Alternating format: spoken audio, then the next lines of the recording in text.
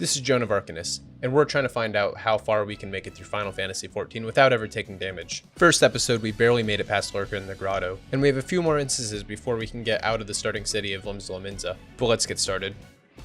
First things first, I want to clean up the UI to make it a little bit easier for everyone.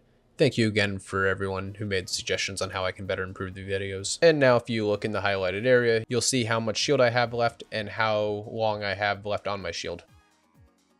First quest we get in part 2 is going to be rescuing some ex-pirates from some goblins.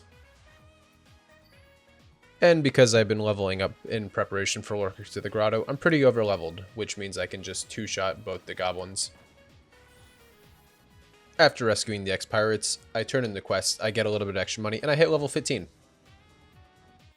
My next quest has me collect some material behind some hostile mobs. The mobs have a respawn rate of about a minute and a half, so once they're all dead, I go around and I start collecting the material. But there's another player in here with me, and I don't know if he's necessarily killed something before, so I'm constantly keeping my head on a swivel, waiting for mobs to respawn. And on the third material pickup, a mob spawns right next to me, and I have to put him to sleep, as I currently don't have any shield or sprint. The quest chain leads us to our next instance, which is going to be a 1v1 with a rock golem. I'm pretty sure I could do it right now, but I want to get some extra levels and get some better equipment before I end up taking the risk. Though I'm not actively working on Hunt Log 2, I do see some wild rosalings that I can take out for some extra experience. I go back to Limsa to start working on the Arcanist quest, as it's our major roadblock for doing anything outside of our current class, which will essentially cut me off from all other classes or professions. I pick up a headpiece that gives me a whopping 2 vitality, 2 intelligence, and 2 direct hit, and a pair of pants that give me 2 vitality, 3 intelligence, and 3 determination, bringing our item level up to level 9, but leaving us with no money. Getting a little distracted, I decide to reenact the Battle of Bunker Hill and take out some dodos in this fate. Having one close call where I accidentally let my shield get a little too low, I'm able to run outside of the fate and de-aggro the dodo.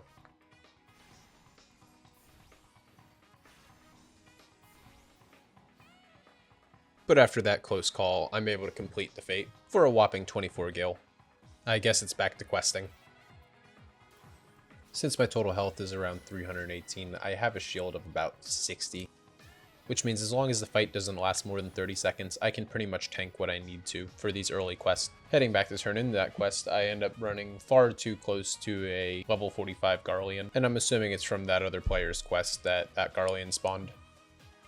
And for any quest that's requiring me to kill more than 2 mobs in short sequences, I'm going to pre-charge my Aetherflow stacks so I can get a total of 4 Festers. This ends up becoming really important on quite a few different quests, and particularly an instance that's coming up. Turning in the quest, I hit level 17 and get ready to take on the first instance of this episode. I also pick up a necklace. I then take out the Goombas that are in the starting zone just to continue working on the hunting log, and definitely not for the sake of PTSD. I then start up the next main storyline instance, and I really don't know what happened. I tested this on 2 of my test accounts, and both times I was able to pot and then cast Ruin, but for whatever reason, this golem decided to attack me right off the rip, and I don't know why. And even with that scare, we still have so much damage that we're able to take out the rock golem in just a few seconds.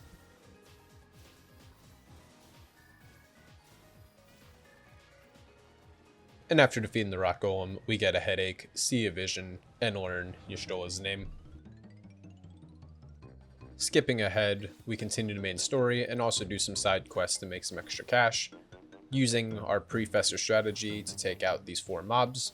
Without pre-charging, this fight's a lot harder as we run out of shield before the mobs all die, and we'd have to then rely on slide casting for the last mob or 2. Turning in some more quests, we get pretty close to level 21, as well as accepting a quest that's going to give us a total of almost 400 gil once we're done, which is by far one of the biggest roadblocks in this challenge. Gear costs a lot of money when you don't have any way of selling stuff for a profit. Even something like teleporting is a pretty big luxury, as having a tenth of your money gone just for a 5-minute walk is a hard trade. I have another quest that requires me to go to 3 locations, but is surrounded by hostile mobs. Luckily, these mobs are part of the hunt log, so I take them out and get level 21 from it.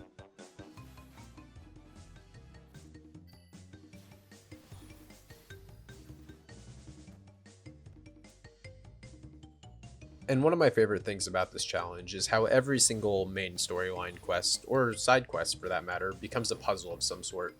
You have to figure out everything from the route that you're going to take, to making sure that other players aren't going to get you killed, to how you're going to attack the mobs, to managing your shield and your sprint, and eventually figuring out when you're going to go in and take the risk for the objective. After clearing out the camps, I run back and get ready for what's to now be the hardest instance of this challenge. Running up a hill, I see a pirate who's getting ready to attack the town below, which starts the level 18 instance Victory in Peril.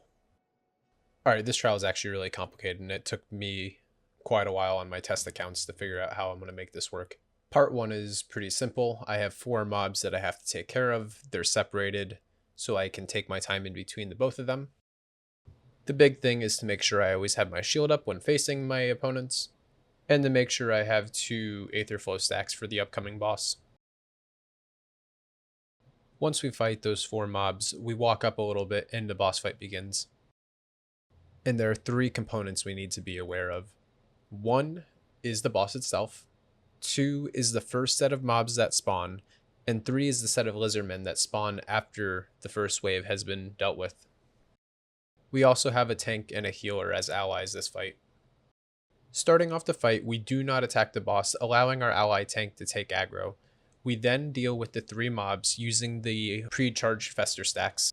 We then head back to the exit, getting ready to make our grand escape. The boss is going to target us, and we're going to make 2 whole laps while letting the tank ally deal with the lizardmen. The key to success on doing this is making sure I always have shield or I always have sprint available. Sleep, unfortunately, isn't as effective on this boss because the white mage will cast a dot that wakes up the boss every 3 seconds. There's so many things that can go wrong in this. If I don't kill the first 3 pirates fast enough, I'll have ranged attackers that will eventually do damage to me. If I get trapped in a corner without sprint or a shield, I'm absolutely toast with this boss. If I have to sleep the boss and the dot and server tick don't line up for me properly, then the boss is going to wake up and I'll definitely take damage. Going into this fight, I only have a shield of 76, so I can only take maybe 2 auto attacks before the shield starts to get really low. So I'm pretty terrified of this instance, I'm not going to lie to you. I've been practicing it a lot with some test accounts, and I'm still not 100% confident in it, but we'll have to see what we get. I hope you enjoy this show.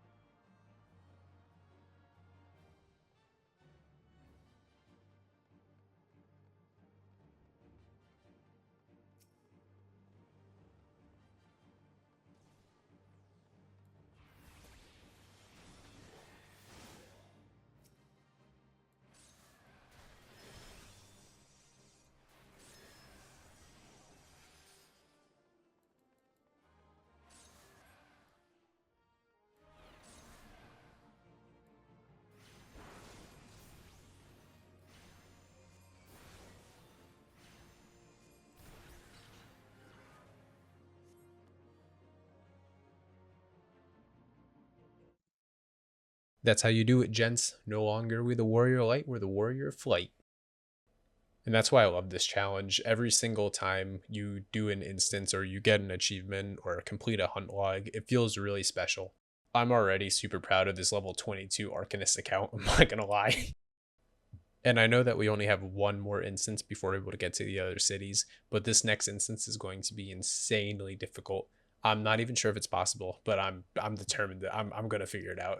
I gotta get to Udall. I gotta get there. I apologize for not clicking on that battle log during the fight. I go straight from my test account right into this one, into the main account, and I just completely forgot to click on it. It's twice now it's happened. I'll try to be better about it. And turning in that quest, we hit level 23 and get a nice influx of money. Alright, I'm going to have you guys do our outro music. Thank you very much. Anyway, thank you again for watching. I had a blast making episode 2, and I really appreciate on how big you guys made episode 1 for me. If you want to keep up with episode 3 and make sure that you don't miss it, make sure you subscribe to the channel. Anyway, y'all have a great day.